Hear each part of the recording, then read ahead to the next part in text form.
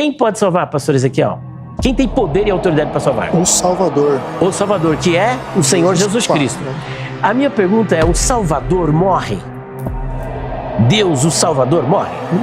Não, o Deus, o Salvador... Então o senhor acredita que Jesus morreu corpo, alma, espírito e a sua divindade também morreu? Jesus morreu. Como um todo, se ele é a Deus divindade. E homem, ele morreu como Deus e homem. Como é que Deus pode morrer? Aí ele depõe contra o próprio Deus que ele apresentou. Então como é que você depõe que Deus... Se Deus não pode morrer, Jesus não é Deus? Não, espera um pouquinho. Se ele é imortal, ele é eterno, como é que ele pode morrer? Olha só. Olha a doutrina que ele está apresentando, a morte de Deus. E veja que a ressurreição partiu de 3 perspectivas. A ressurreição foi realizada pelo Pai, pelo Filho e pelo Espírito Santo. Olá, meus amigos e irmãos, a graça e a paz de nosso Senhor e Salvador Jesus Cristo esteja com todos vocês. Eu sou o pastor Elias Soares e estamos passando por aqui para apresentar mais um vídeo de debate que aconteceu, diga-se de passagem, no programa Vejam Só. Mas quando você pensar num debate, pensa num debate tenso, porque envolveu questões sobre a vida após a morte. Inclusive acabamos esbarrando na questão sobre a natureza teantrópica de Cristo. Porque nesse debate, o meu interlocutor defendeu que Deus morreu. Ele decretou a morte de Deus. Coisa esta que nem a profetisa do movimento adventista do sétimo dia defende nos seus escritos.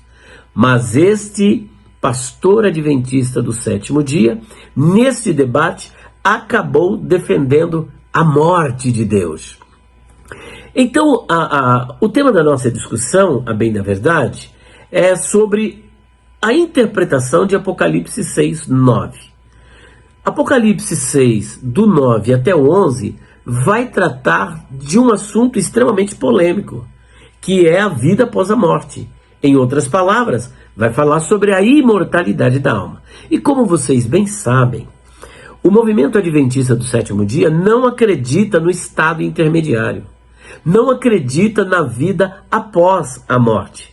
Não acreditando na vida após a morte, então eles vão dar uma outra interpretação para Apocalipse capítulo 6, versículos 9 até o 11. E é aí que houve a grande tensão. Pastor Ezequiel, de um lado, defendendo a teologia adventista do sétimo dia, que traz no seu bojo a mortalidade da alma, o aniquilacionismo, porque a imortalidade da alma eles não acreditam. E num outro debate que eu tive com ele, inclusive, ele chegou a chamar essa doutrina de diabólica, né? Então, nós tivemos esse outro debate no Vejam Só. Gente, pensa num debate tenso, num debate polêmico. Então, você que gosta desse tipo de assunto, sobre a vida após a morte, sobre a imortalidade da alma, a questão sobre o aniquilacionismo, será que é bíblico, será que não é bíblico? Eu quero deixar para você tirar as suas conclusões. Agora, curiosamente, nesse debate, como eu já havia dito, nós esbarramos na questão sobre a natureza teantrópica de Cristo. A união hipostática são 2 conceitos dentro da cristologia que gera muita tensão. E foi justamente aí que a tensão começou.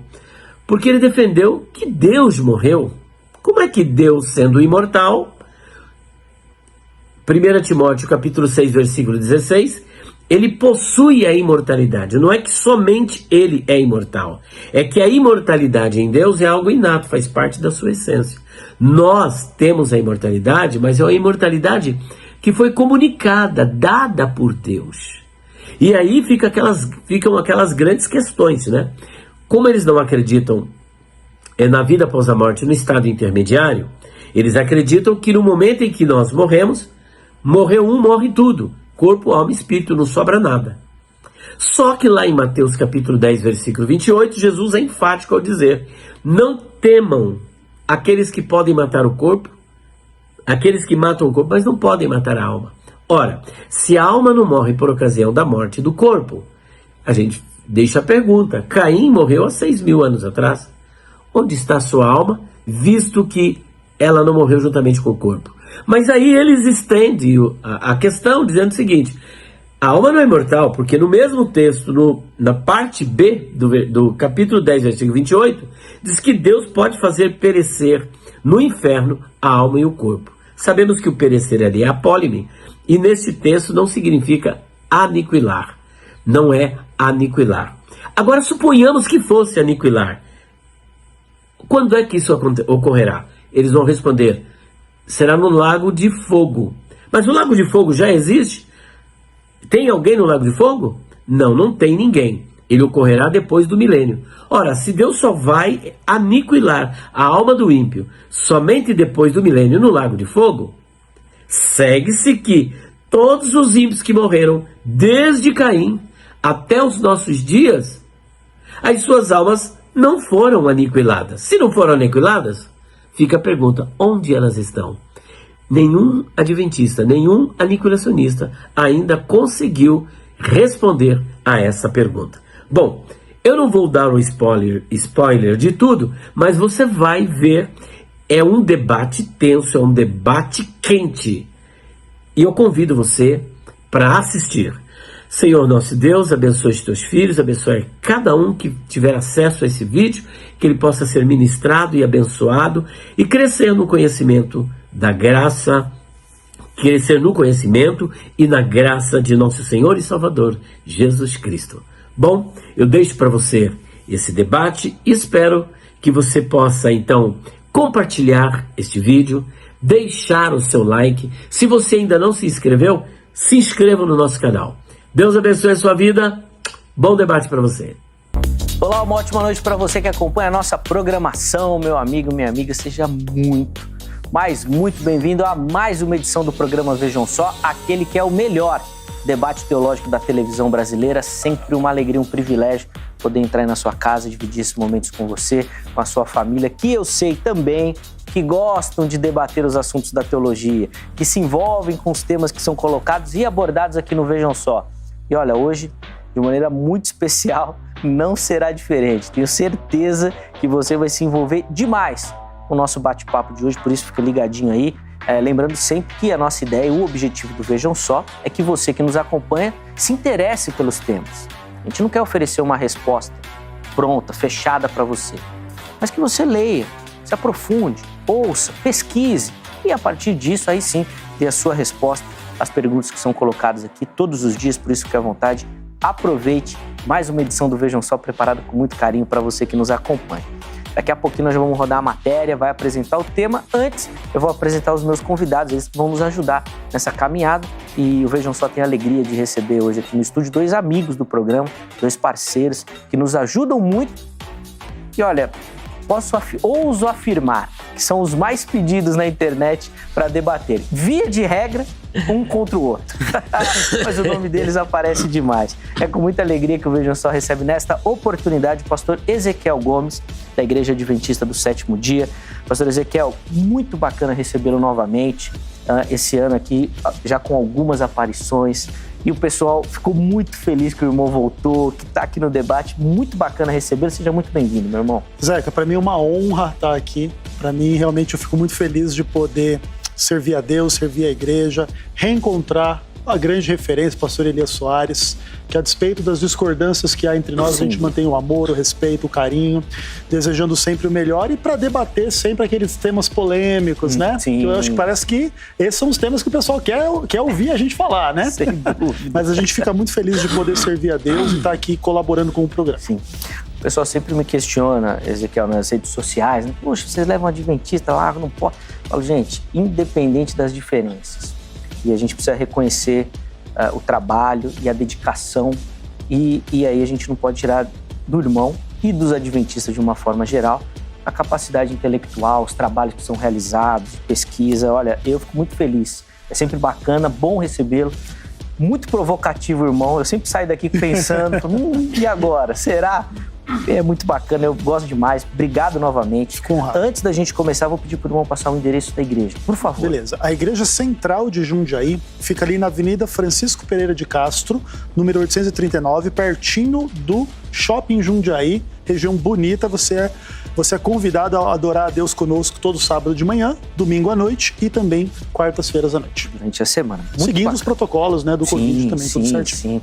Quase que normal. No fim dessa história, Quase. né? Se Deus quiser. Vamos continuar orando aí para que não aconteça nenhum problema nesse caminho. Os contatos do pastor Ezequiel estarão à sua disposição durante todo o debate. Se quiser outras informações da igreja, do ministério do irmão, tirar dúvidas, obviamente, sobre o tema que nós vamos abordar, são os canais oficiais para você fazer, tá certo? E o Vejam Só também tem a alegria de receber aqui no nosso estúdio, ele que é o sócio aqui do programa. Tem ações aqui do Vejam Só. Pastor Elias Soares, ministro da Igreja Assembleia de Deus do Ministério Ipiranga. Pastor Elias, meu irmão, obrigado pelo carinho novamente, aceitar o nosso convite, estar aqui. Poxa, é uma alegria receber o irmão, o amigo. Seja muito bem-vindo. Muito obrigado, Zeca. A graça e a paz para você, a graça e a paz também para o pastor Ezequiel Gomes. E eu quero já mandar um abraço, um beijo aqui para minha esposa, Débora Soares, para o meu filho Davi e para minha filha Abigail Soares. É um prazer enorme poder estar aqui colaborando, contribuindo e crescendo, porque cada debate que a gente faz, você cresce. Você vai fazer uma pesquisa, você vai refletir melhor a questão debatida e isso vai fazendo com que você cresça no conhecimento. Sim. E o Elias, ele cresce no conhecimento e escreve, ó. Tudo fruto de debate aqui, ó. Depois nós vamos mostrar. Antes, pastor Elias, passa o endereço da igreja pra gente, Assembleia de Deus Ministério Ipiranga, por favor. Assembleia de Deus Ministério Ipiranga é conhecida como a Catedral da Independência e também a Igreja do Relógio. Ela está situada na Avenida Doutor Ricardo Jafé, número 214, no bairro do Ipiranga. A referência é o Museu do Ipiranga. Boa. Está a menos de 300 metros do Museu do Ipiranga. O nosso pastor-presidente, pastor Alcides Fávaro, a quem eu mando meu abraço, e para toda a nossa irmandade, né, como diz o pessoal da CCB, né, da Assembleia de Deus Ministério Ipiranga. Muito bacana. Fica aqui também o nosso abraço a todo o pessoal do Ministério também. Obrigado pelo carinho. Pastor Elias, vou mostrar aqui rapidamente alguns, né? O irmão tem outros materiais, mas para quem nos assiste também conhecer um pouquinho. Perguntas difíceis de responder, volume 2. Esse aqui, o que está na minha mão. Fala um pouquinho o que o pessoal vai encontrar nele. Esta obra tem quase 400 páginas, em capa dura. São 75 temas abordados.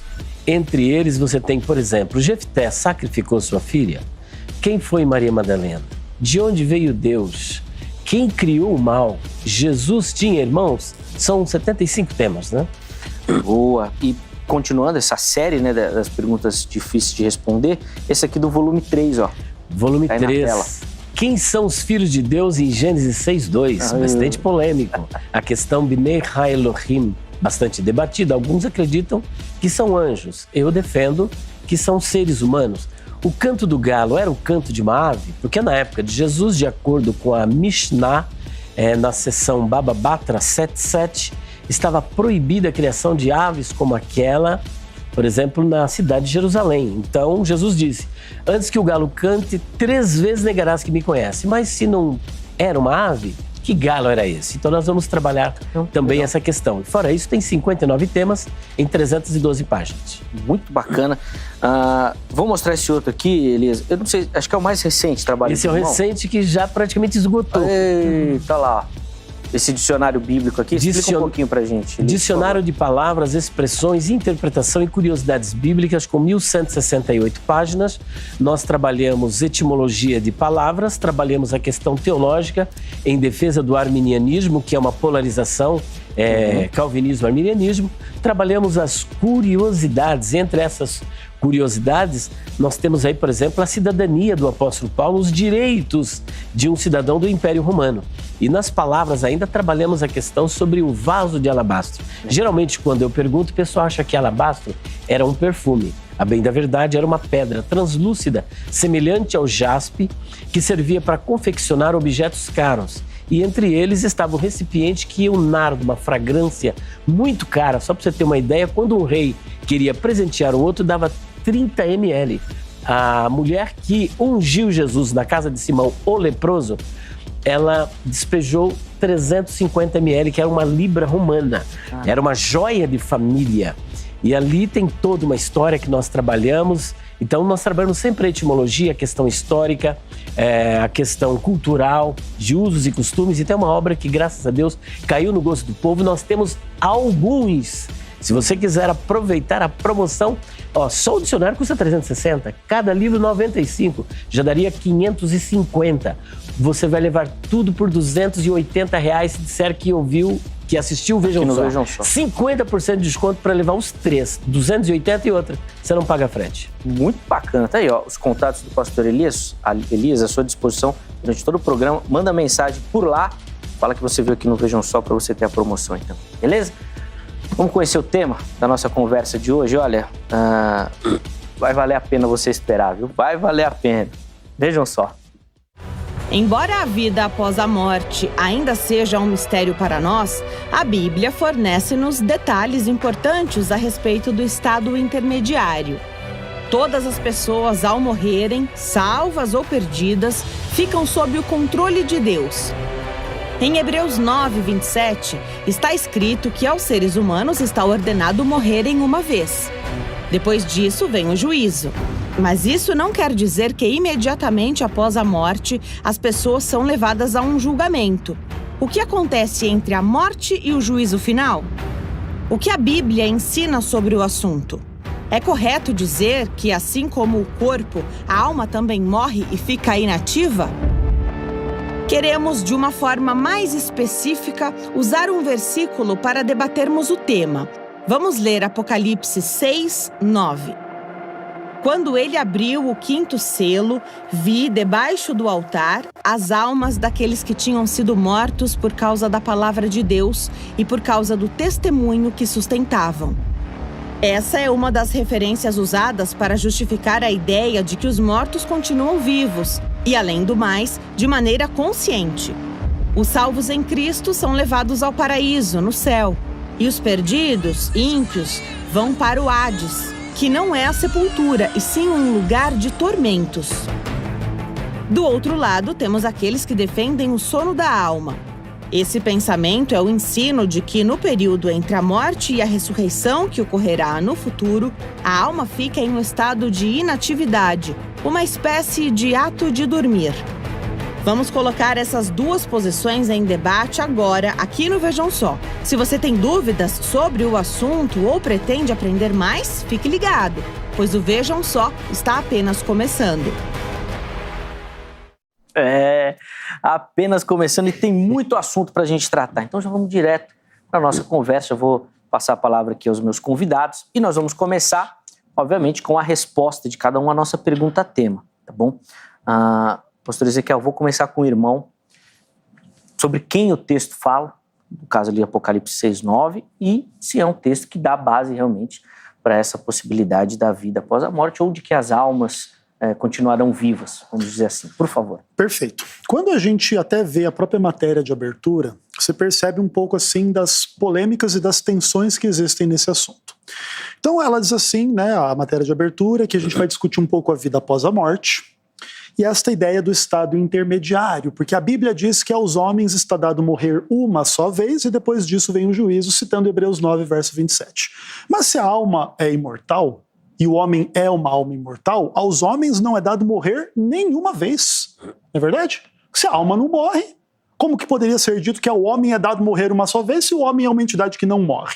Esse primeiro aspecto já demonstra a incoerência da visão imortalista. E aqui o aspecto do que nós vamos dizer aqui não é ataque pessoal a quem crê de forma diferente, a minha visão, a visão adventista ou de outros grupos cristãos. Mas é só para já dar o tom da discordância, vamos dizer assim. Acima de tudo, o que acontece?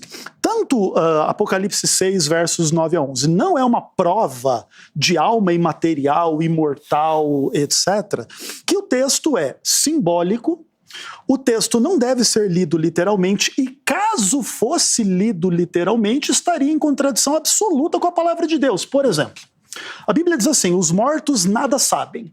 Só que aí as almas debaixo do altar, elas sabem que Deus é soberano, elas sabem que Deus é justo e verdadeiro, elas sabem que o sangue delas ainda não foi vingado e precisa ser vingado e elas clamam por isso. Se você literaliza o texto de Apocalipse 6, o texto lá de Eclesiastes capítulo 9, verso 5, diz que os mortos nada sabem, está errado. Outra coisa, A gente tem, por exemplo, o salmo bíblico que diz que os mortos não louvam ao Senhor, nem aqueles que descem à região do silêncio. Como que a Bíblia descreve a morte? Como silêncio. Como que pode ser silêncio se eles estão clamando, conversando, pedindo e falando?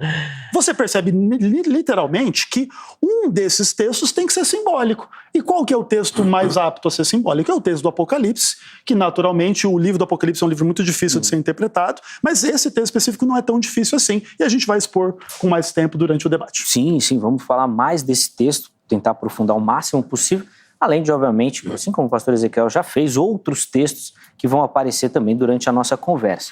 Pastor Elias, quero ouvir o irmão também, como é que o irmão responde a nossa pergunta tema, por favor.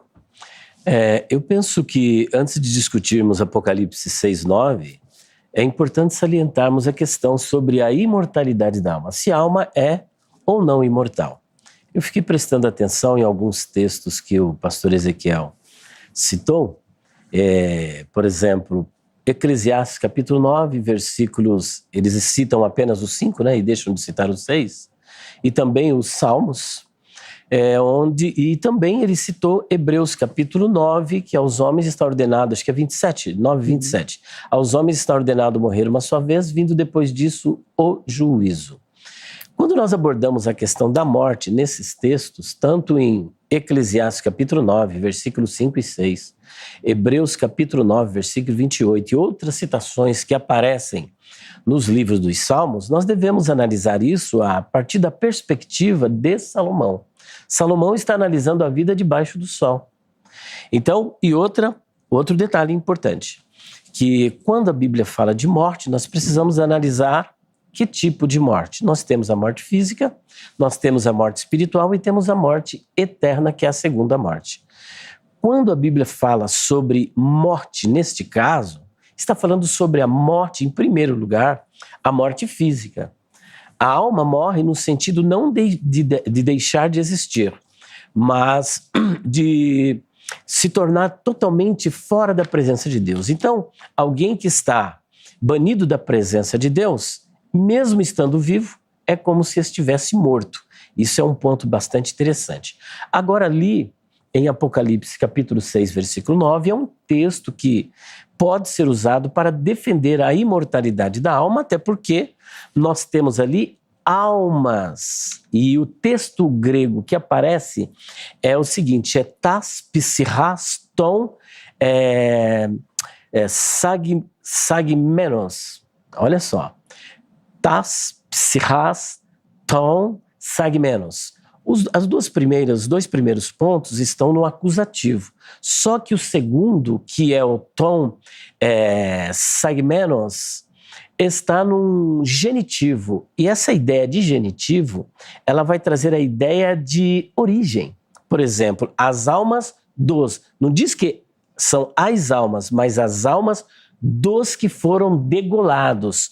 Porque esses sagmenos são os degolados, aqueles que tiveram uma morte violenta. Então o que João estava contemplando não são os seus corpos, mas contemplando as suas almas, que é bem da verdade. Nós temos pelo menos 3 lexicógrafos que descrevem a alma como parte imaterial e imortal. E é isso que João estava vendo ali no céu. Boa, depois a gente, obviamente, tem muito assunto. O pastor Ezequiel está só anotando ali, para depois fazer os comentários também. Muito bacana. Pastor Ezequiel, o irmão estava anotando aí, eu nem vou fazer pergunta. Vou deixar. Acho que você já tem bastante assunto para falar aí, tá bom? Por favor, vamos lá, a palavra está com o irmão. Vamos lá. Bom, primeiro de tudo, é bem importante a gente deixar bastante claro que o Salomão, em Eclesiastes ou em outros pontos da Bíblia, não fala de uma perspectiva unicamente da vida na terra. Verso 10 do capítulo 6 de Eclesiastes, no além para onde tu vais, não há obra, nem conhecimento, nem sabedoria alguma, né? A ideia não é assim, aqui debaixo do céu, debaixo do sol, a parte material não sabe nada, mas lá no céu, não sei aonde, tem uma parte imaterial que sabe muita coisa, e que bate papo, e que clama, e que ora, e que conversa. Até porque não é só Salomão que diz isso, né? A Bíblia é repleta de aspectos desse mesmo tipo. Veja, por exemplo, Jacó em Números 23, verso 10. que eu morra a morte dos justos e o meu fim seja como o dele. Aí você lê em português, você diz assim, isso aí não está falando nada sobre alma. O pastor Elias Soares, que é um melhor estudante de grego do que eu, vamos dizer assim, né, para dar a deferência ao irmão que gosta do assunto, como é que diz o texto grego da Septuaginta lá, de Números 23? Que a minha alma morra a morte dos justos. Como que a perspectiva bíblica pode ser de que a alma não morre se o próprio autor aqui diz que a minha alma morra, quer dizer, que a minha pessoa morra? E, aliás, o pastor Elias gosta muito de dizer que, por exemplo, lá em Ezequiel 18, a alma que pecar essa morrerá, quer dizer pessoa, né? E ali, por que ele não usa a mesma tradução para lá em Apocalipse capítulo 6? E vi as pessoas, os decapitados, etc, etc, etc, e tudo mais. Porque funciona perfeitamente. E o genitivo não tem a noção ali no aspecto de posse. É como eu falo assim, a pessoa do Elias Soares está anotando os argumentos do Ezequiel Gomes. Não quer dizer que o Elias possui essa pessoa, mas que está falando da pessoa dele. Esse é um aspecto importante. Outra coisa. Muitos lexicógrafos dizem que a alma tem uma parte imaterial, etc. Ok, lexicógrafos dizem, mas a Bíblia não diz. Certo? O que acontece? Existe uma interpretação baseada na filosofia grega que muitas vezes coloca a alma como essa entidade material. E aí eu vou ler, para terminar o meu comentário, um pequeno trecho aqui, e você vai me dizer se foi um adventista que escreveu ou não. Segundo a Bíblia, o ser humano é uma unidade. É verdade que há menção de elementos que entram nessa constituição, mas não ao ser humano como ter 2 ou 3 naturezas diferentes que podem subsistir separadamente. O conceito de um paralelismo entre 2 ou 3 elementos constitutivos é oriundo da filosofia grega, sendo, portanto, estranho ao pensamento bíblico. Você acha que isso aqui é um pensamento adventista? Não sabe, né? Esse aqui é o trabalho do Fernando Albano, cujo título é Dualismo, Corpo e Alma na Teologia Pentecostal. Mesmo pentecostais que estão estudando a Bíblia estão percebendo que esse argumento de que a alma é imaterial e, portanto, ela sobrevive à alma vem do dualismo grego e não da palavra de Deus. Aliás, eu desafio o pastor Elias a mostrar um texto na Bíblia onde se diga que a alma é uma entidade imaterial. Porque se não existir esse texto, a base fundamental dessa convicção é extra-bíblica. Lembra quando se fala mal da vovó White, ou Elias Soares? Que os adventistas são isso e aquilo porque eles creem em coisas fora da Bíblia. Porque Ellen White falou uma coisa que não está escrita na Bíblia, você não pode acreditar nisso, acredite na Bíblia. Então agora, Elias, mostre para as pessoas onde a Bíblia diz que a alma é uma entidade imaterial, e se você mostrar, até eu me converto à sua doutrina. O Elias vai ter a oportunidade de responder tudo isso na sequência. Eu queria só que o irmão, rapidamente, falasse um pouquinho sobre a questão das divisões que o Elias fez de mortes. Perfeito. Morte espiritual. Como é que o irmão vê essa Perfeito. questão? Sim, é importante definir didaticamente esses aspectos de morte, é verdade. Só que morte não pode não ser morte. Esse é um ponto importante. Por exemplo, vamos dizer o seguinte, existe uma morte espiritual, então isso quer dizer que o ser humano não morre. Aí, nesse caso, você entra em contradição com o próprio conceito de morte. A morte espiritual, ela é um conceito relativo que usa elementos da morte física para chamar a atenção para uma condição de pecado. Então, por exemplo, o que acontece com a pessoa quando ela morre? Ela fica inativa, inconsciente, ela não pode fazer nada e etc.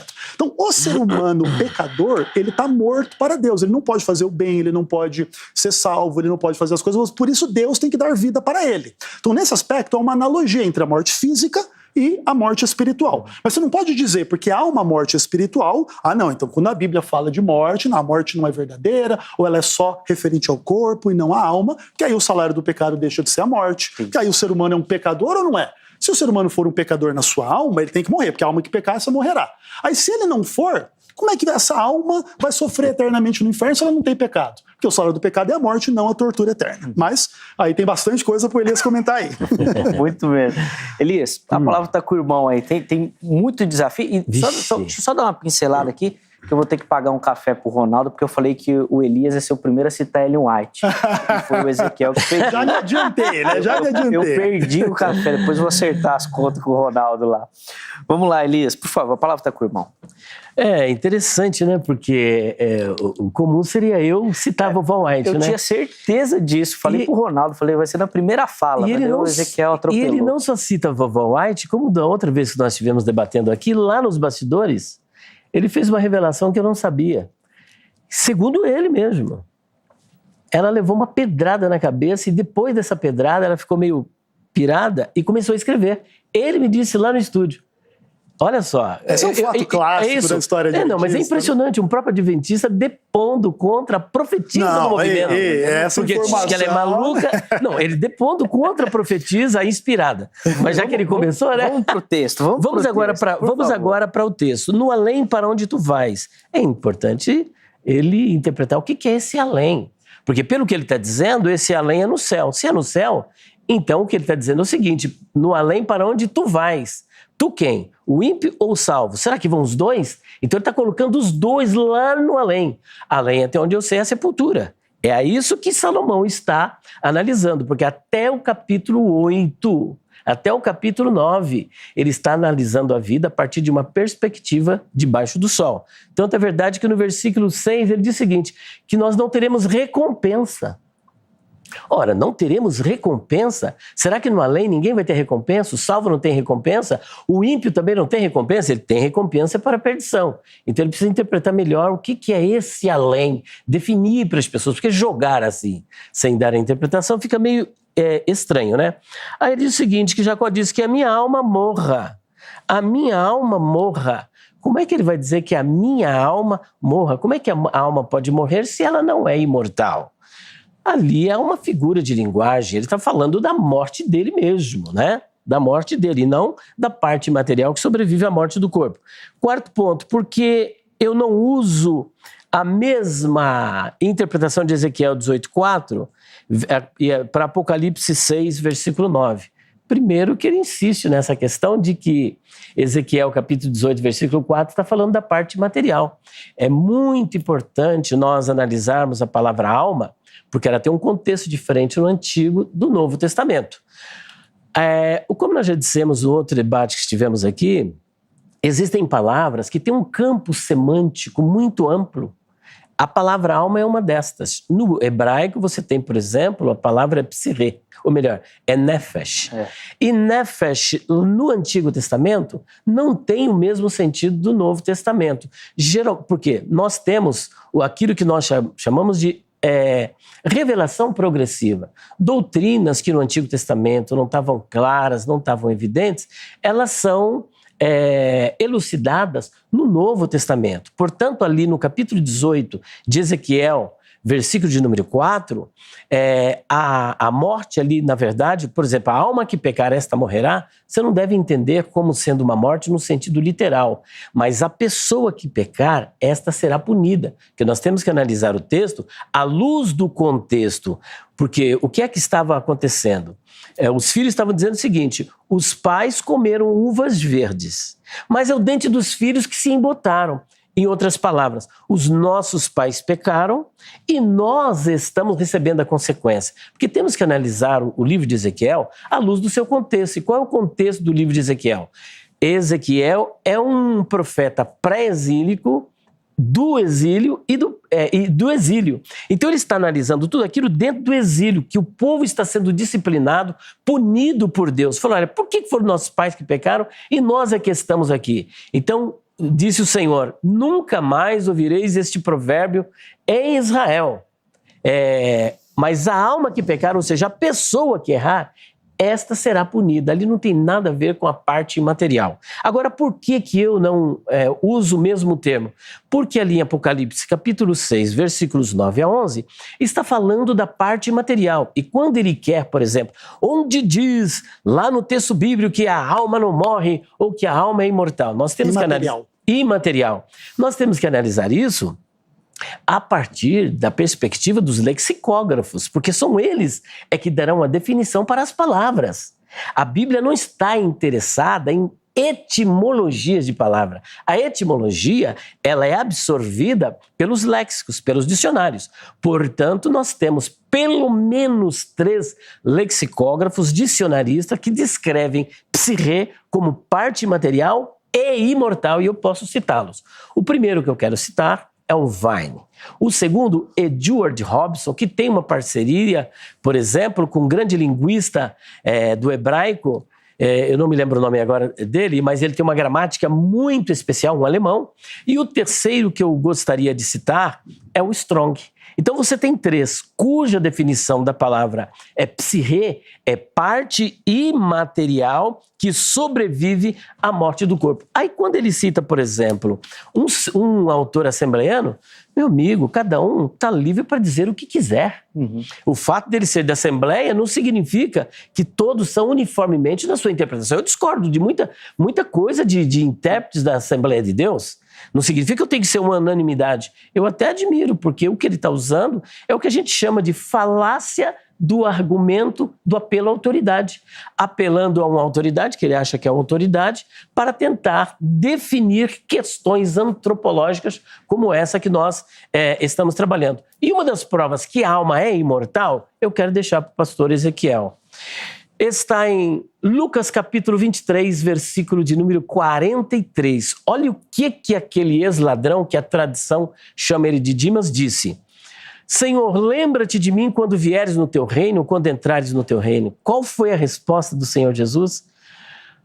Na verdade, eu te digo, hoje estarás comigo no paraíso. Olha só, na verdade te digo, hoje estarás comigo no paraíso. Bom, nós sabemos que aquele ex-ladrão, ele morreu naquele dia e o seu corpo foi sepultado porque não poderia ficar no sábado aquele corpo em exposição. Se Jesus disse, hoje estarás comigo no paraíso, o que é que ele levou? O corpo não poderia ser, porque Jesus não poderia glorificar aquele corpo e levá-lo ao mesmo dia para o céu.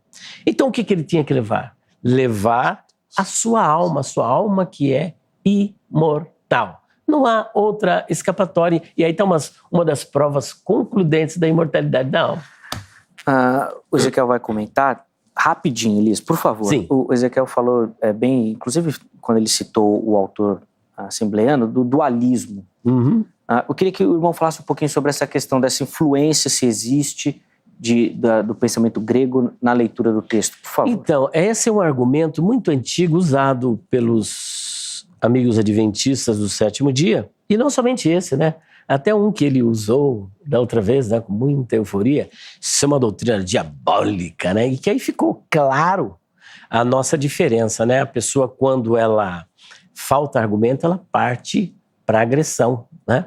Chamando de diabólico, e ele feriu não somente a mim, mas toda a comunidade evangélica do modo geral, dizendo que os evangélicos acreditam numa doutrina diabólica. Aí é curioso que naquela vez ele disse o seguinte, eu não digo que é platônica, só que agora já disse que é platônica. Você vê, parece que ele mudou de ideia. Ele disse, a primeira vez é diabólica e não era platônica. Agora ele não disse diabólica, mas disse que é platônica. Talvez ele concorde com as duas coisas, mas ele camufla um pouquinho, né, o tema. É importante analisarmos a questão sobre a origem da alma. Existem 3 teorias para a origem da alma. Nós temos o traducianismo, temos o criacionismo e temos o pré-existencialismo. A doutrina platônica, ela é pré-existencialista, só que ela transcende, eis aí um grande problema para os mortalistas quando eles tentam associar a visão imortalista do cristianismo ortodoxo com a visão imortalista de Platão. Platão, ele não acreditava numa alma que se originou em Deus. Ele acreditava numa alma incriada, portanto, uma alma eterna. Então, é diferente, porque nós, por exemplo, eu, principalmente, defendo a visão traducianista, que a maioria defende essa ideia de que a origem da alma está em Deus. É Deus que... a origem da alma está em Deus no momento da concepção, que Deus deu esse poder para os pais. Eu não tenho uma visão criacionista que Deus cria uma alma nova e coloca no ser humano. Certo. Mas que essa alma, pela autoridade que Deus deu aos pais, quando essa criança nasce, pelo poder de Deus. Então, o que ocorre? Nós desvinculamos totalmente esse dualismo platônico, porque não acreditamos na imortalidade da alma como acredita Platão. Nós acreditamos numa imortalidade da alma que foi concedida por Deus. Geralmente eles pinçam 1 Timóteo capítulo 6, versículo 16, que só ele é imortal. Só ele é imortal em que sentido? Só ele tem em si a imortalidade, ele não herdou de ninguém. A nossa imortalidade é uma imortalidade concedida. E por isso nós somos imortais numa concessão divina. A imortalidade em Platão é autônoma, não tem origem em Deus. Então está totalmente desassociado esse argumento, ele está totalmente fora de combate. Boa. Vamos lá, Ezequiel, por favor, a palavra está com o irmão. Bom, uma das primeiras coisas que o Elias coloca é que há uma mudança de tom entre o que está escrito no Antigo Testamento para o que está escrito no Novo Testamento. Primeiro que se isso fosse verdade, a palavra de Deus internamente já seria contraditória e você só poderia acreditar em metade dela e não em toda. Mas isso também nem é verdade quando você lê basicamente alguns textos do Novo Testamento, vou citar apenas alguns. Tiago 5, verso 20. Sabei que aquele que converte o pecador do seu caminho errado, salvará da morte a alma dele e cobrirá a multidão de pecados. Como é que você salva a morte de alguém da alma se a alma está imune à morte? É absolutamente ilógico.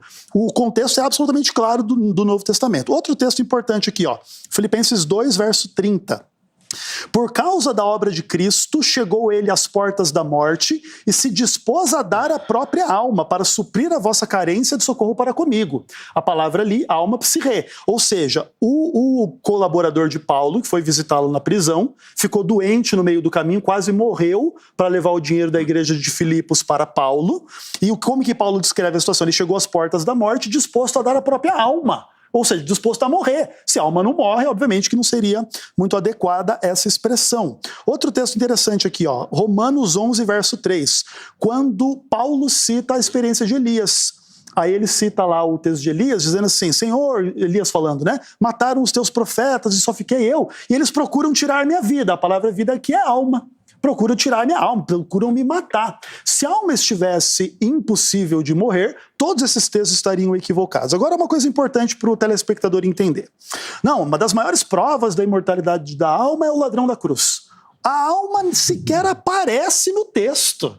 Jesus em nenhum momento diz assim, você virá na forma de uma alma imaterial imortal comigo neste dia. Até porque existe aquela velha, né, questão, que não é uma questão adventista, é uma questão da própria interpretação do texto, de que ali o aspecto não é que a pessoa estaria naquele dia no paraíso, mas Jesus garantia hoje, naquele dia, que ele estaria futuramente no paraíso. Inclusive, essa é a leitura, né, da vírgula ali, no manuscrito bíblico mais antigo, no Códice Sinaítico. Tá? Uma outra coisa importante é assim, quando Elias Soares fala da origem da alma e das perspectivas supostamente diferentes entre os platônicos e os imortalistas cristãos. Primeiro de tudo, que a Bíblia não coloca em nenhum momento esta ideia de que Deus deu autoridade ao homem de dar alma imortal aos outros homens, que seria no caso da geração dos filhos, né? Essa é uma inferência, essa é uma interpretação que vai negar o próprio texto que ele mesmo citou de 1 Timóteo capítulo 6. Deus é o único que possui a imortalidade. E se vamos pensar o seguinte, que Deus concedesse essa imortalidade, ou seja, se não fosse uma imortalidade inata, acho que eu bati aqui, desculpa aí, eu acho que não é uma imortalidade inata, tá? Mas é uma imortalidade concedida. Mesmo que assim fosse, Deus não seria o único imortal. Porque a partir do momento que Deus concedeu a imortalidade, qualquer outro a quem Deus concedeu essa imortalidade já seria imortal. Então, quando se coloca que Deus é o único imortal, sim, se coloca ele numa categoria diferente de todos os demais, ou seja, nenhuma criatura pode ter imortalidade em si mesmo, que inclusive é um pouco do que a gente estava falando no outro debate, sobre a questão do ser diabólico da doutrina da imortalidade da alma. E eu termino com isso.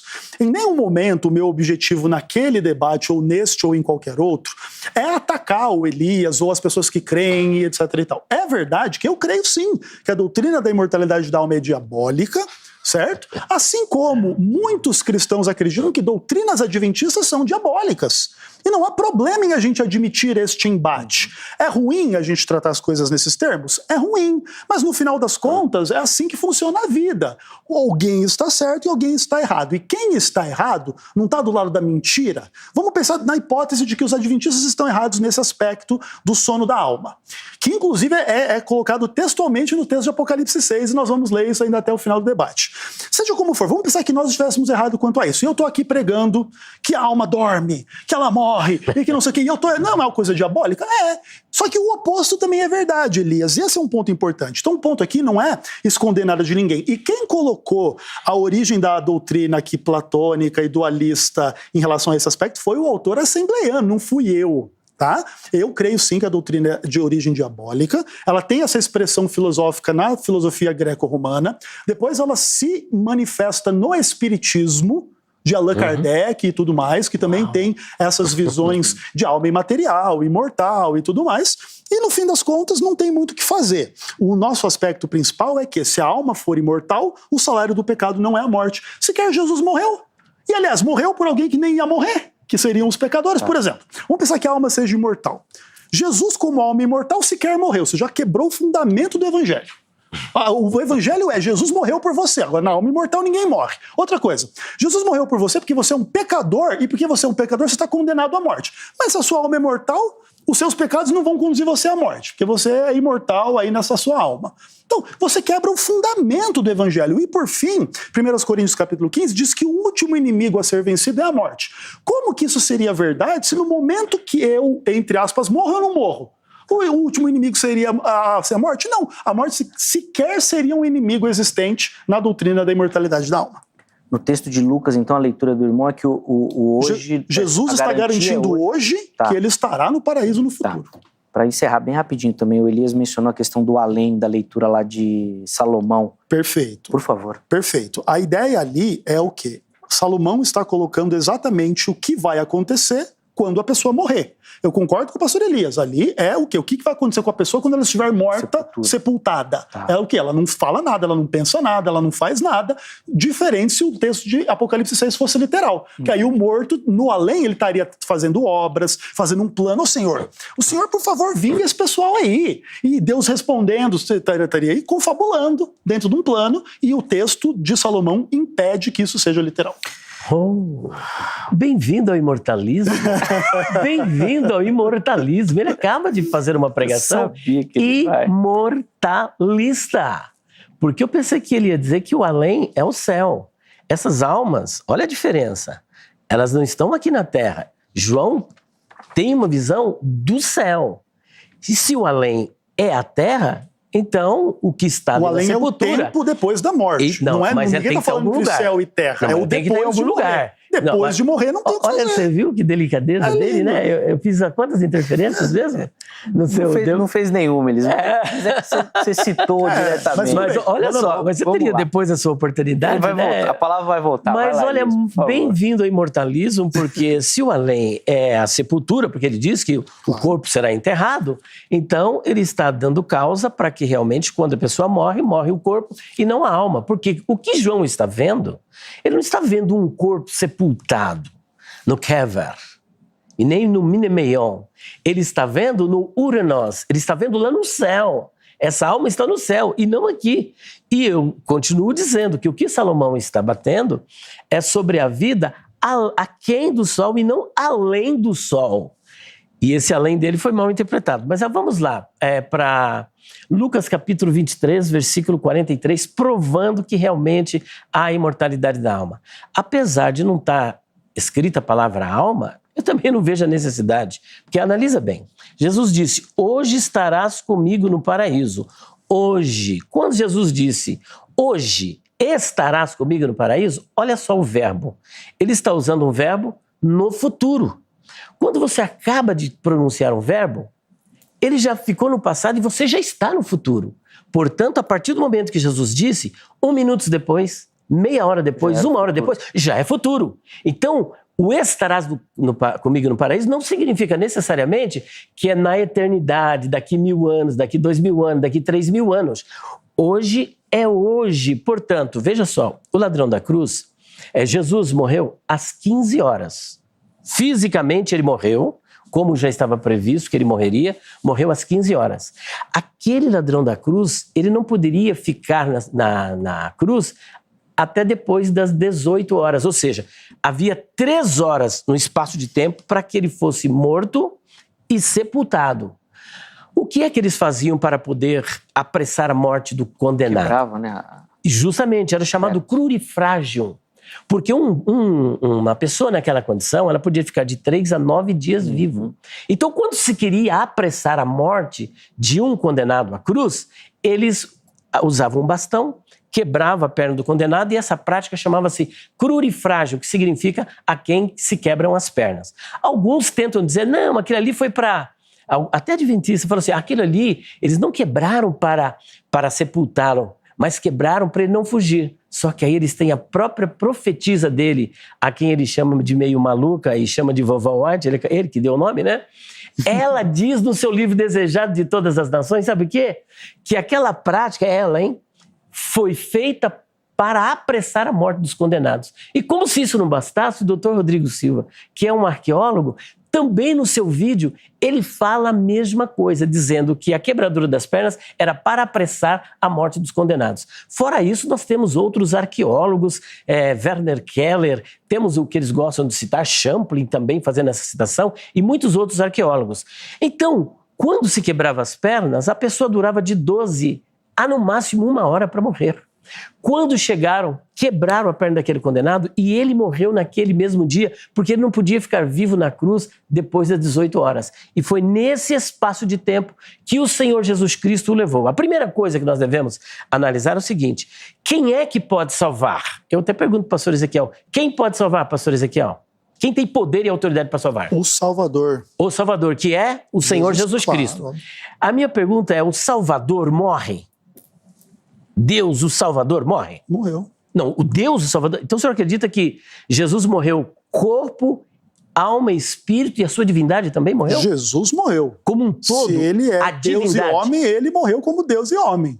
Como é que Deus pode morrer? Aí ele depõe contra o próprio texto que ele apresentou. Então como é que você depõe que Deus... Se Não, Deus não pode morrer, Jesus não é Deus? Não, mas espera um pouquinho. Ué. Se ele é imortal, ele é eterno, como é que ele pode morrer? Olha só. Olha a doutrina que ele está apresentando, a morte de Deus. E veja que a ressurreição partiu de 3 perspectivas. A ressurreição foi realizada pelo Pai, pelo Filho e pelo Espírito Santo. O próprio Senhor Jesus disse, olha, derribai este templo e em 3 dias eu o reedificarei. Agora, como é que ele poderia cumprir essa palavra se ele estava morto? Alguém teria que ressuscitá-lo, mas ele mesmo disse que iria se ressuscitar várias vezes. Então Deus, a divindade, não pode morrer. E o que ele está acabando de pregar é uma heresia gritante da morte de Deus, depondo contra um texto que ele mesmo usa para combater o imortalismo, porque o Senhor Jesus, ali por exemplo, em 1 Timóteo capítulo 6, versículo 16, diz que Deus, que é a divindade, é imortal. Então não pode morrer. Então, é mais uma heresia que precisa ser refutada. Agora eu tenho que chamar o irmão de herege, infelizmente, tá bom? Agora, olha só. Vamos agora para outros textos que ele está apresentando aqui. Deus não deu autoridade ao homem. O que Deus disse lá no Jardim do Éden? Capítulo 1, versículo 28. Primeiro ele diz, façamos o homem a nossa imagem, a nossa semelhança. E fez Deus o homem a sua imagem, a imagem de Deus o criou. E disse Deus, frutificai-vos e enchei a terra. Deus está dando esta autoridade para o homem criar um ser semelhante a ele, igual a ele. Deus não cria uma alma nova, nem os adventistas acreditam nisso que ele está falando. Que Deus, no momento da concepção, cria uma alma nova e coloca dentro do ser humano. Se Deus cria uma alma nova, nós temos um pelagianismo gritante, que ele é contra o pelagianismo e contra o semipelagianismo, porque essa era justamente a visão de Pelágio. Pelágio partia de uma perspectiva antropológica de que as almas eram criadas por Deus no momento da concepção. Se ela é criada por Deus, e a Bíblia diz que toda boa dádiva e todo dom perfeito vem do alto, descendo do Pai das luzes, em quem não há mudança e nem sombra de variação, essa alma é pura. Essa alma não é pecadora. Logo, essa alma que é criada nova, ela não sofre os efeitos do pecado. E é por isso que Pelágio não acreditava que o homem tinha pecado, herdou o pecado de Adão, mas ele aprendia a pecar. Ele está acabando de fazer uma nova heresia, pregando o pelagianismo contra o arminianismo que ele defende. O arminianismo wesleyano. Bom, vamos lá para mais um texto. Deus deixa de ser imortal por conceder a imortalidade? Ora, Deus dá poder para o homem. Eis que vos dou poder. E por isso ele deixa de ser todo poderoso? Não. A imortalidade em Deus, ela é essencial. Ele não herdou de ninguém. Isso faz parte do atributo da sua natureza. Amor, por exemplo. Deus é amor, mas ele dá amor para as pessoas. Deus é gracioso, ele concede graça para as pessoas. E nada disso depõe contra os atributos de Deus. Portanto, mais uma falácia do nosso amigo Ezequiel Gomes. E para finalizar, por favor, ele diz aqui o seguinte, que essa doutrina, ela é diabólica. Isso aí não me estranha. O Senhor Jesus foi chamado de endemoniado. Ele era endemoniado? Então o fato dele dizer que essa doutrina é diabólica não faz dessa doutrina diabólica. Isso só depõe contra ele, mostrando a sua indelicadeza, o quanto no seu argumento está sendo descortês. Porque Jesus também foi chamado de bebedor, comelão, amigo de pecadores, endemoniado. Não dizemos que tu tens demônio? Paulo foi chamado de uma peste. Mas nem por isso eles eram tudo isso. Então, estas suas ofensas ao cristianismo ortodoxo e à palavra de Deus não nos ofende. E aqui está provado de forma cabal que Jesus levou o ex-ladrão da cruz naquele mesmo dia ao paraíso, porque Jesus é o Deus Salvador. Quem prometeu foi o Deus Salvador. O corpo de Jesus morreu, mas a sua divindade não morreu. O que impediria ele de levá-lo naquele mesmo dia? E o futuro está, que Jesus prometeu. Levou na mesma hora? Não, mas levou no mesmo dia, porque horas depois o ladrão morreu e Jesus o levou para o paraíso. Essa também é a nossa esperança. Se o Senhor não espera isso, infelizmente, né, nem Deus pode te ajudar, porque é o livre-arbítrio que o Senhor acaba de depor contra ele agora mesmo. Eu tentei anotar, mas agora já me perdi já aqui, né, nas anotações. Vamos lá, Ezequiel. Fica tranquilo que eu anotei. Bom, então vamos lá. Bom, existem alguns aspectos bastante importantes para a gente lidar aqui. Primeiro de tudo, eu rechaço todas as afirmações do Elias em relação a ter provado a imortalidade da alma, ou refutado qualquer visão particular minha ou adventista, conquanto reservo o respeito ao Elias de crer desta forma, tá? Como expliquei, inclusive, no comentário, a identificação de que alguém está errado ou certo nessa discussão indica que alguém está ao lado da mentira e alguém está ao lado da verdade, e é fato que as duas posições não podem ser verdades ao mesmo tempo. Então a implicação é absolutamente lógica e não descortês de que em algum momento alguns dos dois lados está militando ao lado do inimigo. Todavia, também é verdade que Jesus morreu e carregou os pecados das pessoas. Então vamos pensar que estejamos sendo descorteses ou ruins uns com os outros. Num contexto do arrependimento, da confissão dos nossos pecados, nós temos o perdão porque Jesus morreu, não porque Jesus não morreu. E o aspecto de se Jesus morreu ou não como Deus é um aspecto bastante polêmico e complexo, e eu não defendi em nenhum momento algo do tipo assim, não, eu tenho uma visão aqui de que a alma é isso e aquilo. O Elias colocou um monte de coisas na minha boca aqui na sua fala que eu não falei. O que é importante dizer é o seguinte, quando Jesus morre, nós temos que dizer que ele, Jesus, morreu. Porque de outra forma você tem esse problema grave aí. O aspecto divino da natureza de Cristo, de fato ele é uma polêmica se esse aspecto morreu ou não, tá? E de fato essa é uma polêmica inclusive relativamente insolúvel. Do lado de quem crê que Deus morreu, a ideia é que a mera morte de um ser humano não teria a eficiência que o sacrifício de Cristo tem. Por exemplo, e pegue um outro homem que não seja Cristo e sacrifique-o numa cruz em prol de toda a humanidade. Haverá redenção e salvação em função disso? Obviamente não. Porque este ser humano não tem a capacidade de redimir a humanidade, não é o Salvador. Quem era o Salvador? Era esse Deus homem. Esse Deus homem morreu. Todavia, eu concedo ao pastor Elias a lógica de que, de fato, a Bíblia apresenta a ideia de que Deus é incapaz de morrer e imortal, e nesse aspecto há sim um espaço para que o aspecto divino de Cristo possa ter permanecido vivo, enquanto ele como homem morto. Todavia, é importante deixar muito claro que os seres humanos não têm uma natureza idêntica à de Cristo para passar pela mesma experiência. Vamos pensar na seguinte ideia. Jesus é Deus e homem, ele morre como homem e não como Deus, porque Deus não pode morrer. Então essa divindade seria essa alma que sobrevive, que ressuscita a si mesma e etc. Então o homem também tem algo desse tipo que sobrevive. Não, porque o homem não é Deus e homem como Jesus Cristo era. Nesse aspecto é importante separar a cristologia da antropologia, porque Jesus tem uma complexidade de natureza que o ser humano não tinha, então por isso a gente rechaça estas ideias. Agora uma outra coisa importante, que ele fala assim, como se eu estivesse inferindo que eu sou pelagiano e que eu sou contra o pelagiano, uma confusão na cabeça do Elias. Todavia, o importante é deixar claro uma coisa bem essencial. Se o pastor Elias não é um pelagiano e não crê que a alma é pura, então ele já vai ter que decidir que a alma é pecadora. Como que pode uma alma pecadora não morrer se Jesus falou, se a palavra de Deus falou que o salário do pecado é a morte? Porque nesse aspecto, se a alma é pecadora, nós não somos pelagianos, nós cremos então na doutrina da depravação total. Beleza. Então o salário é a morte. Não pode não ser a morte. Se a alma é imortal, não tem morte. A gente chega ao absurdo de ter que dizer o óbvio.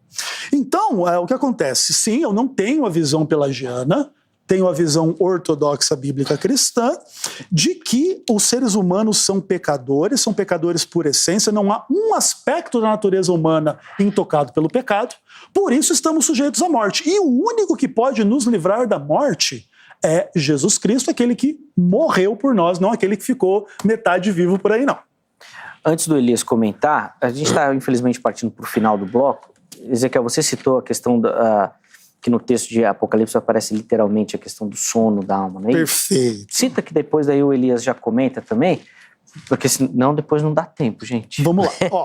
Apocalipse 6, é bem importante a gente prestar atenção na dinâmica do texto, que diz assim: quando ele abriu o quinto selo, vi debaixo do altar as almas daqueles que tinham sido mortos por causa da palavra de Deus e por causa do testemunho que sustentavam. Clamaram em grande voz, dizendo: até quando, ó soberano Senhor, santo e verdadeiro, não julgas nem vingas o nosso sangue dos que habitam sobre a terra? Então a cada um deles foi dada uma vestidura branca e lhe disseram que fizessem o quê? Que repousassem ainda por pouco tempo. Aqui é o mesmo verbo para falar do sono, do repouso do sono, até que se completasse o número dos seus conservos e seus irmãos que iam ser mortos como eles foram. O importante de dizer é, toda essa linguagem de Apocalipse 6 é simbólica, é tirada do santuário. Então, por exemplo, onde é que era derramado sangue na base do altar? Era no santuário de Israel.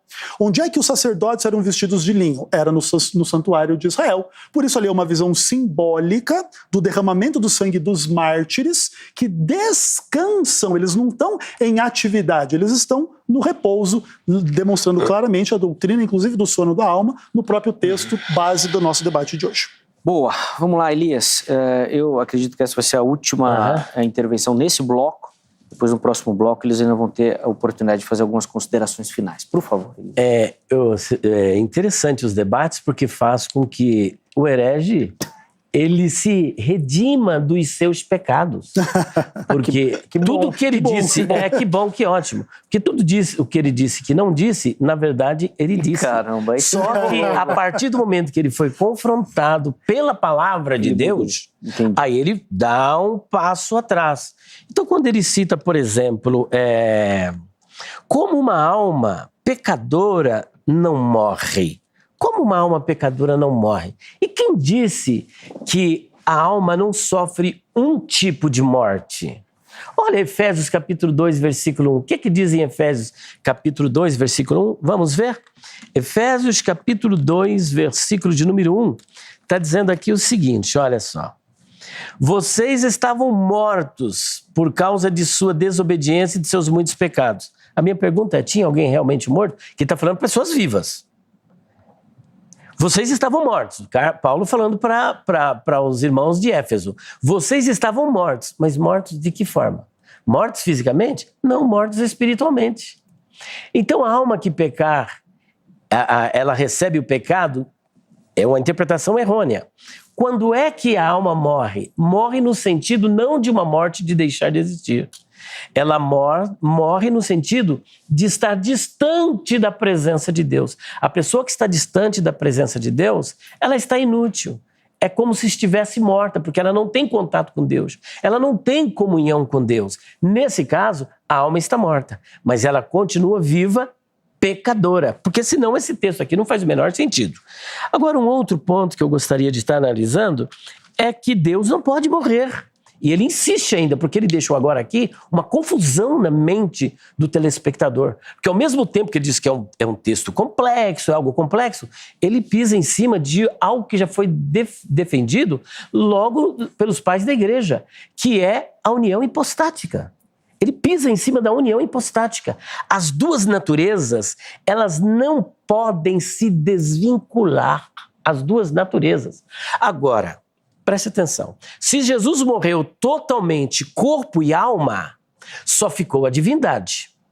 Então a união hipostática foi-se embora e nós temos aí a perpetuação da heresia pelo pastor Ezequiel Gomes. Agora, segundo ponto, a divindade morreu. Como é que Cristo morreu como Deus e ainda assim ele se ressuscitou? Porque nós devemos analisar a divindade, porque parece-me que está pregando aqui um triteísmo, como se o Pai fosse um Deus, o Espírito Santo fosse outro Deus e Jesus fosse outro Deus. Porque morrendo o Deus Jesus, as outras duas pessoas que são divinas, particularmente, continuam vivas. Por exemplo, Jesus e Espírito Santo é um Deus, não é Deus, é um Deus, o Pai é um Deus e Jesus é outro Deus. É o triteísmo isso aí, não é trinitarianismo. O trinitarianismo, ele existe a partir do Shema Israel Yahvé Eloheinu, de Deuteronômio capítulo 6:4. Ouve Israel, o Senhor teu Deus é um só. No judaísmo, esse um só é absoluto, mas no cristianismo é um composto, ou seja, Pai, Filho e Espírito Santo compartilham da mesma divindade. Portanto, a divindade não pode morrer, porque se ela morrer, todos estão mortos, não tem como morrer parte da divindade.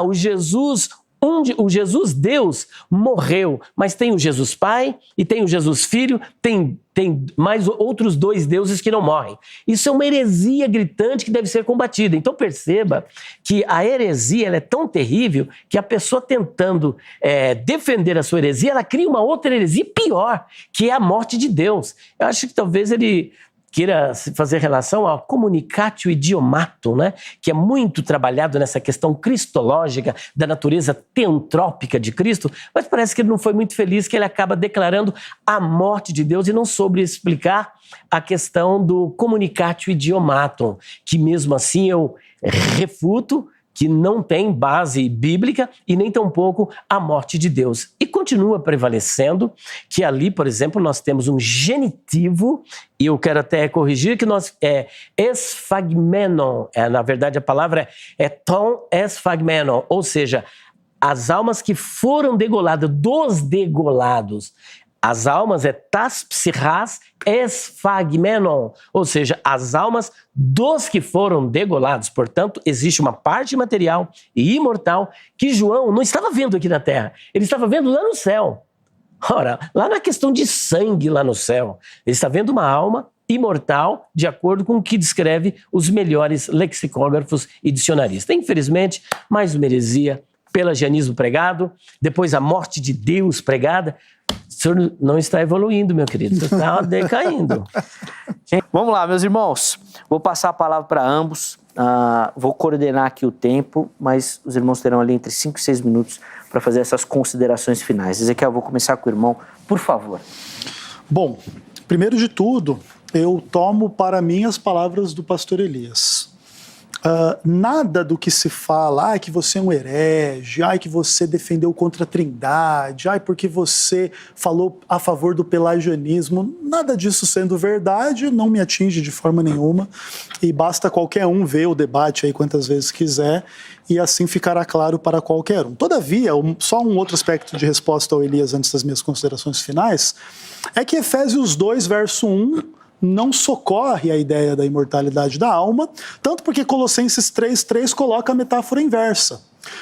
Em Efésios 2:1 é o ímpio que está morto sem Deus, e em Colossenses 3:3 é o cristão que está morto porque tem fé em Cristo. E obviamente que isso são símbolos da experiência tanto do ímpio em pecado, que está morto para Deus, e do cristão que está morto para o pecado e morto para Cristo. Então são símbolos e não são para ser tomados de forma literal como um escape, como se querendo dizer que então a alma não morre porque Efésios 2:1 usa uma metáfora de morte espiritual, né? Isso é uma forma muito irresponsável e isso sim herética de fazer teologia. Entretanto, as considerações finais, é importante dizer, o livro do Apocalipse é um dos mais difíceis de ser interpretados da Bíblia, todavia a passagem que estamos lendo não é das mais difíceis. Todo o pano de fundo do livro do Apocalipse é o que acontecia no santuário de Israel, que era inaugurado quando o pecador trazia o cordeiro para derramar o sangue para iniciar os rituais. E como que o livro do Apocalipse começa no capítulo 1, verso 5? Com o derramamento do sangue de Jesus Cristo. Depois você tinha no ritual do Santuário da Terra um monte de acontecimentos importantes que eram os sacrifícios, que eram o sangue derramado, e que depois você tinha o dia da expiação como a culminação do que acontecia no santuário, que você vê lá em Apocalipse capítulo 11, verso 18, quando se abriu o santuário que havia no céu e foi vista a Arca da Aliança, que contém os 10 mandamentos que decretam o que é pecado e o que não é. E se você é um pecador, você é um mortal. Não existe pecador imortal. De outra forma, a palavra de Deus estaria errada. Depois, como que é o ritual do santuário? O bode Azazel, representante do diabo, é enviado para o deserto, ou seja, toda a experiência de Apocalipse 20, e depois você tem o quê? A purificação do santuário, onde o povo de Deus é declarado livre dos pecados. E aí acontece a cena de Apocalipse 21. Vi um novo céu e uma nova terra, e aí eis o tabernáculo de Deus com os homens. E o verso 4 é a destruição do imortalismo. E lhes enxugará dos olhos toda lágrima, e a morte já não existirá. Ou seja, só quando a nova Jerusalém estiver colocada nesta terra é que a morte não mais vai existir. Até lá, a morte existe, não para o imortalista, porque o imortalista nega a existência da morte como um bom espírita, como um bom platônico, ainda que negue a afiliação, né? Se eu tenho harmonia com um antitrinitariano e com um pelagiano, o pastor Elias Soares tem harmonia com Allan Kardec e coisas desse tipo. Então, o que acontece? A palavra de Deus diz que é só na renovação da nova terra que não existirá mais morte. Até lá, a morte existe em função do pecado. E não há pecador imortal. O pastor Elias diz assim, não, a alma morre. Mas ela morre num sentido em que ela não morre. Faz algum sentido para você? Para mim, não. Porque isso depõe contra a palavra de Deus. E nesses aspectos, o ponto importante de dizer não é ofensa. Assim como eu entendo que o Elias Soares vai me chamar de herege, não está me ofendendo. E ele está correto caso ele esteja correto. E ele está errado caso ele esteja correto. E no final das contas, todos nós somos hereges à luz do conhecimento do outro, da interpretação do outro. Pode ser que muitos islâmicos nos considerem, todos nós aqui, hereges, porque não cremos no islamismo. Todavia, quem vai nos julgar é a palavra de Deus, é o próprio Senhor e Salvador Jesus Cristo, e o objetivo, acima de tudo, na nossa pregação aqui, é esclarecer estas questões. O sangue clama na palavra de Deus, lá desde Abel, desde o livro de Hebreus, que coloca isso claramente, que o sangue de Abel fala coisas superiores, e coloca as almas debaixo do altar, nesse contexto onde era derramado sangue no santuário, onde eles clamam, e ainda se revela que elas estão repousando, revelando claramente uma natureza simbólica, como os demais selos. Nos demais selos, tem estrela que cai na terra, tem cavaleiro amarelo que a morte está seguindo ele, que são obviamente contextos simbólicos dentro dos selos do Apocalipse, que não devem ser tomados de forma literal. Então, para terminar, Elias, excelente debate, muito bom te rever, que você mantenha firme nas suas convicções e eu me mantenho firme nas minhas. Boa. Os contatos do pastor Ezequiel à sua disposição, fica aqui já meu agradecimento, viu, irmão? Obrigado pelo carinho, pela atenção com o Vejam Só. Elias, a palavra está com o irmão também, mais 5 minutos e meio aí para a gente encerrar. Tá bom, por favor. Talvez menos. Não vai. A escola que o pastor Ezequiel está apresentando aqui é diferente da do Adventismo. O Adventismo, ele tem uma escola historicista, mas ele apresentou a escola idealista de ver o Apocalipse, que coloca tudo como simbólico. Se tudo é simbólico, não haverá Nova Jerusalém, não vai ter milênio, o Cordeiro, nada disso existe no Apocalipse. Então, veja a contradição. A segunda contradição no argumento dele é que aquele altar não é altar do holocausto, é altar do incenso. Professor Ezequiel, vamos ver isso? Esse mesmo altar, ele é repetido em outro texto, que é Apocalipse capítulo 8, versículo 3. Então veio outro anjo com um incensário de ouro e ficou em pé junto ao altar. Esse altar é justamente o altar que recebia o incenso, e o incenso, ele simboliza a oração dos santos, o clamor dos santos. E o que aquelas almas estavam fazendo ali debaixo do altar? Estavam clamando, vindicando por justiça. Veja que, novamente, eu faço citação do texto grego. Tas psichas ton esphagmenon. Ali é um caso genitivo que dá a ideia de almas de corpos. Agora, quando ele faz, por exemplo, uma conexão entre isso e Gênesis capítulo 4, versículo 10, que é o sangue de Abel Deus disse, clama da terra. Só que estas almas estão clamando do céu. Olha o paradoxo.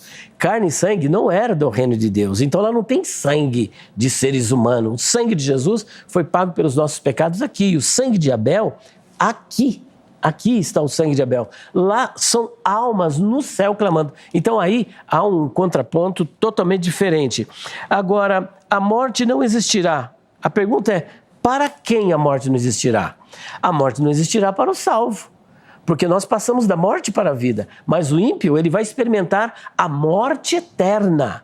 E a morte eterna está no versículo adiante que ele deixou de ler, que é o capítulo 20, versículos 5 e 6, e também os versículos 9 e 10, e depois do 11 até o 15. Essas pessoas serão mortas eternamente, não somente espiritualmente, mas mortas eternamente no lago de fogo, porque o lago de fogo, conforme disse o Senhor Jesus em Mateus 25, versículo de número 46, ele diz que os ímpios sofrerão o colássem aionion, ou seja, o castigo eterno, ao passo que os justos o dizoen aionion, ou seja, a vida eterna. E fora isso, ele não citou, mas temos aí 2 de Pedro, capítulo 2, versículo 9, que está escrito assim, olha que interessante, se existe alma imortal ou não existe. Como é que uma pessoa pode estar inconsciente, deixar de existir e ao mesmo tempo estar sofrendo? Olha só que legal, ó. Capítulo 2, versículo 9, está escrito assim, olha, vemos, portanto, que o Senhor sabe resgatar das provações os que lhe são devotos e, ao mesmo tempo, manter os perversos sob castigo até o dia do juízo. Manter sob castigo. Portanto, eles aqui não estão dormindo, e mesmo se estivesse dormindo, não estaria morto. Já é um contraponto à própria leitura mortalista. Então, eles estão aqui conscientes, e a palavra grega que aparece ali é koladizomenos, que é um particípio presente cujo sentido é de continuidade no castigo. E para fechar agora, para não tomar o tempo, Mateus 10, versículo 28. Não temais os que matam o corpo, mas não podem matar a alma. Aí ele vai dizer, leia a segunda parte, que a segunda parte diz que ele pode fazer perecer no Guiena tanto o corpo como a alma, mas o Guiena ainda não existe. A minha pergunta é, se o Guiena não existe e Deus só vai matar no Guiena, o que aconteceu com a alma de Caim? O que aconteceu com a alma de Abel? O que aconteceu com a alma dos habitantes de Sodoma e Gomorra, dos antediluvianos? Tem que, no mínimo, ele admitir um estado intermediário, porque se Deus só vai matar no Guiena. Mas a verdade é que a palavra apólime ali significa perder, significa estragar, menos deixar de existir. Portanto, a doutrina da imortalidade da alma é defendida por Cristo, é defendida pelos apóstolos, é defendida pelos pais da igreja, é defendida pela Bíblia e é defendida por nós aqui no Vejam Só. Um abraço, pastor Ezequiel. Olá, meus amigos, eu sou o pastor Elias Soares e tenho uma boa notícia para você. Eu tenho um kit promocional. Perguntas difíceis de responder. Com quem se casou Caim? Onde esteve Jesus dos 12 aos 30? O que era o espinho na carne de Paulo? O que é a blasfêmia contra o Espírito Santo? E por que esse pecado não pode ser perdoado? Além deste, eu trouxe para você esse aqui, olha aqui, interessante. Jefté sacrificou sua filha. Quem foi Maria Madalena? De onde veio Deus? Quem criou o mal? De onde veio o negro? 75 temas em 384 páginas. Ó, capa dura. Fora isso, nós temos também o volume 3, Perguntas Difíceis de Responder. O que a mulher de Jó disse para ele? Amaldiçoa Deus e morre ou abençoa Deus e morre? No nosso texto está amaldiçoa Deus e morre. Mas em hebraico, Vatomerlo isto derramahazik betumaterra barer Elohim vamut. 320 páginas. Olha que interessante. Fora isso, nós temos esta obra aqui. Os pregadores dizem, mas a Bíblia não diz. A Bíblia não diz que o nome de Saulo foi mudado para Paulo. A Bíblia também não diz que Noé amaldiçoou seu filho. A Bíblia não diz que o galo cantou 3 vezes. Gente, 328 páginas.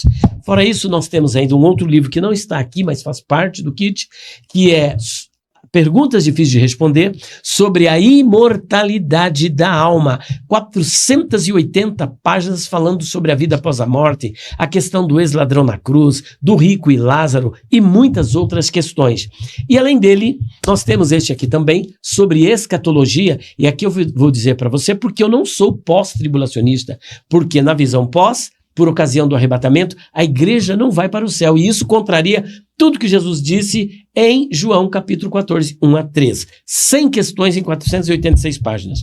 Além deste, dicionário de palavras, expressões, interpretação e curiosidades bíblicas. Aqui tem uso, tem costume, tem cultura, tem etimologia de nomes de pessoas, rios, vales, montes, deuses, ainda no grego, hebraico, latim, aramaico, tem predestinação, livre-arbítrio, direito romano ligado ao cidadão do império. Só esta obra, sem o desconto, custa 360. Hoje você vai levar ela com 1.168 páginas, sobre a imortalidade da alma, este aqui sobre escatologia, os pregadores dizem, mais o volume 3, mais o volume 2, mais o volume 1, tudo por apenas R$ 480 no Pix ou 10 parcelas no cartão de crédito de R$ 54. Só que você levando este kit completo, você vai ganhar um curso de hebraico. Olha só, não é só esse módulo ilustrado. Você vai receber 12 videoaulas, vai receber ainda um áudio, uma Bíblia hebraica em áudio, onde um rabino está narrando a Bíblia, todo o Antigo Testamento, de Gênesis a Malaquias. Breshit bara Elohim et hashamayim ve'et haaretz. Ele narra. E tem o áudio do livro. Só esse curso custa 680. Tudo por 480 no Pix ou 10 de 54. Olha, para você que gostou e quer adquirir este kit, me chame no WhatsApp. 11 9 4901 6633. 11 9 4901 6633 ou também no WhatsApp 11 9 3279 3001. 11 9 3279 3001. Deus abençoe a sua vida.